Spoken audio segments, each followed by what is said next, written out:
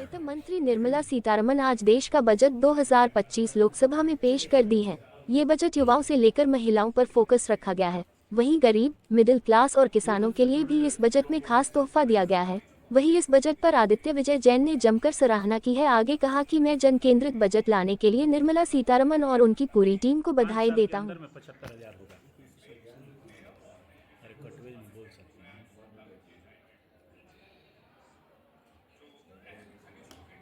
अभी तक जितना समझ में आया है, सुनने को मिला, उससे तो एजुकेशन में मेडिकल के सीट्स को बढ़ावा मिला। बिहार में आईआईटी में को विस्तारित करने की बात कही गई है और विशेष विश्लेषण के बाद पता चलेगा कि अभी जब डिटेल इसका आता है बजट का तो पता चलेगा कि और इसमें हिडन क्या क्या है। सर, जिले में कैंसर की निश्चित रूप से पूरे भारतवर्ष में सारे जिलों में एक कैंसर संस्थान के स्थापना, हॉस्पिटल के स्थापना की बात कही गई है, जो एक मील का पत्थर स्वास्थ्य के क्षेत्र में निर्धारित होगा।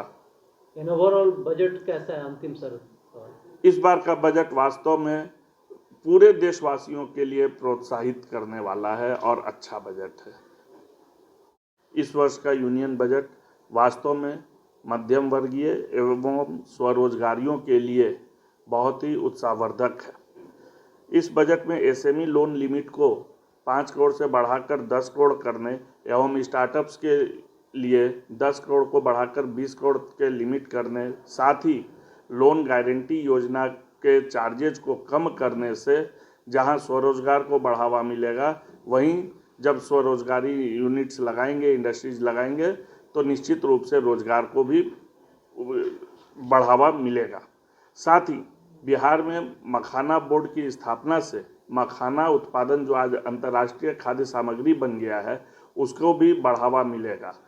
केवल उत्पादन को ही नहीं बढ़ावा मिलेगा, साथ साथ इसके मार्केटिंग में भी सुविधा मिलेगी, क्योंकि जब बोर्ड स्थापित होगा तो हम उत्पादक उसको विदेशों में भी बेचने का लिए सक्षम हो जाएंगे और हमें उसकी ट्रेनिंग और उसके लिए फंडिंग भी उपलब्ध होने लगेगी।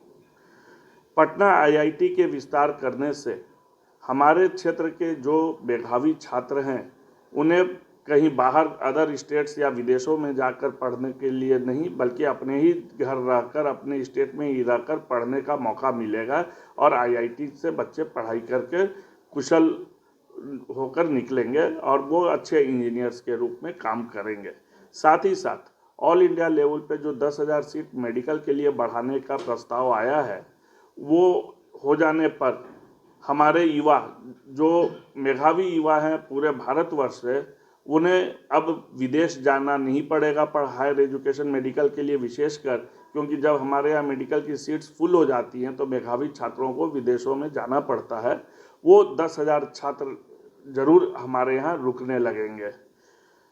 साथ ही साथ सरकार ने जो अभी इनकम टैक्स स्लैब में अंतर किया, उससे व्यापारियों को 12 लाख तक के इनकम पर लगभग टैक्स नहीं देना है और जो भी सर्विस होल्डर्स हैं उन्हें 12,75,000 तक टैक्स रिबेट मिलेगा, जिससे कई लाख करोड़ रुपए का बचत लोगों तक होगा, पब्लिक के पास होगी। और निश्चित रूप से जब हमारे पॉकेट में पैसा होगा तो इसी बाजार में हम खर्च करेंगे और व्यापार, उद्योग, स्वरोजगार को बढ़ावा और प्रोत्साहन मिलेगा। तो आपके हिसाब से ये बजट पूरा मतलब कि एक आम